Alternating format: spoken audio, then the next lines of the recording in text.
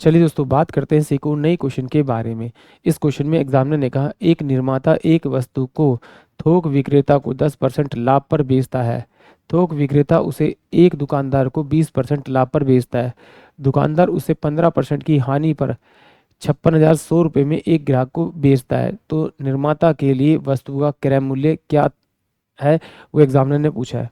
जब भी इस प्रकार का क्वेश्चन मिलेगा या फिर आपको इस तरह से क्वेश्चन मिले कि ए ने बी को इतने प्रॉफिट पे या इतने लॉस पे वस्तु बेच दी, बी ने सी को, सी ने डी को और डी ने इतना अमाउंट पेमेंट किया, तो आप ए के लिए उसका क्रय मूल्य बताइए। तो कुछ नहीं करना, आपको सिंपल था, जो आपको लास्ट वाला अमाउंट दे रखा है उसको आप रख लीजिए ऐसे।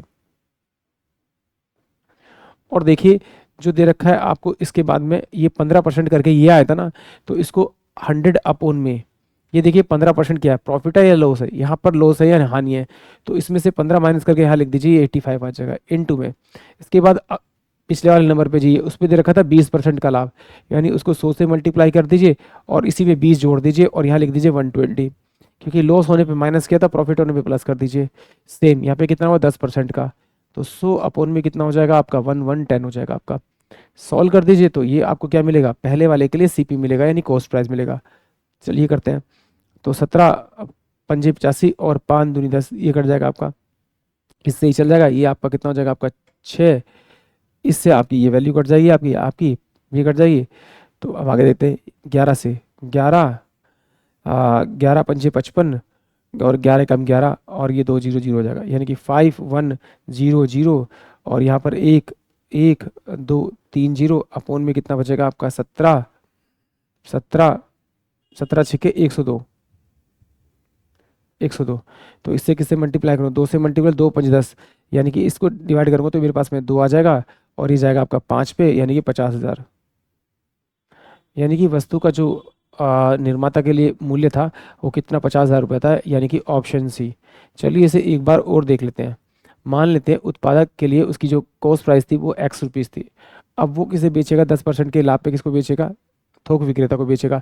तो इसका 10% निकाल के इसमें 10% जोड़ूंगा, या फिर ऐसे कर लेता हूँ मैं, 10/100 था ना, तो काटूंगा तो ये 1/10 आ जाएगा। यानी कि 10 रुपये की चीज़ वो कितनी 11 रुपये में बेच रहा है, 11/10। ये किसको बेच दिया उसने, थोक विक्रेता को। थोक विक्रेता आगे कितने बेच रहा है, 20% के लाभ पे।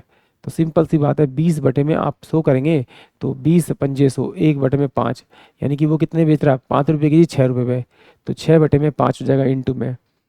अगला वाला कितना बेच रहा है, 15% के लाभ पे बेच रहा है, यानी कि 15 में अगर 100 खोलूंगा तो 5 × 3 = 15 होगा और 5 × 2 = 10 होगा, यानी कि 17 कितना हो जाएगा आपका 20। तो इसका जो टोटल मूल्य दे रखा है वो कितना दे रखा है लास्ट में, 56,100, ये इसका अमाउंट दे रखा है। तो एक्स की जो वैल्यू होगी इधर जाके उल्टा कर देंगे, 56,100 इंटू में आपका 10 इंटू में 5 इंटू में आपका 20 और बाय में कितना हो जाएगा आपका 11 इंटू में 6 और इंटू में 17। इसको सॉल्व करेंगे तो आपके पास जो वैल्यू आएगी वो वैल्यू आएगी आपके पास 50,000 रुपये, यानी कि ऑप्शन जो आपके पास में सी होगा वो इस क्वेश्चन के लिए करेक्ट होगा।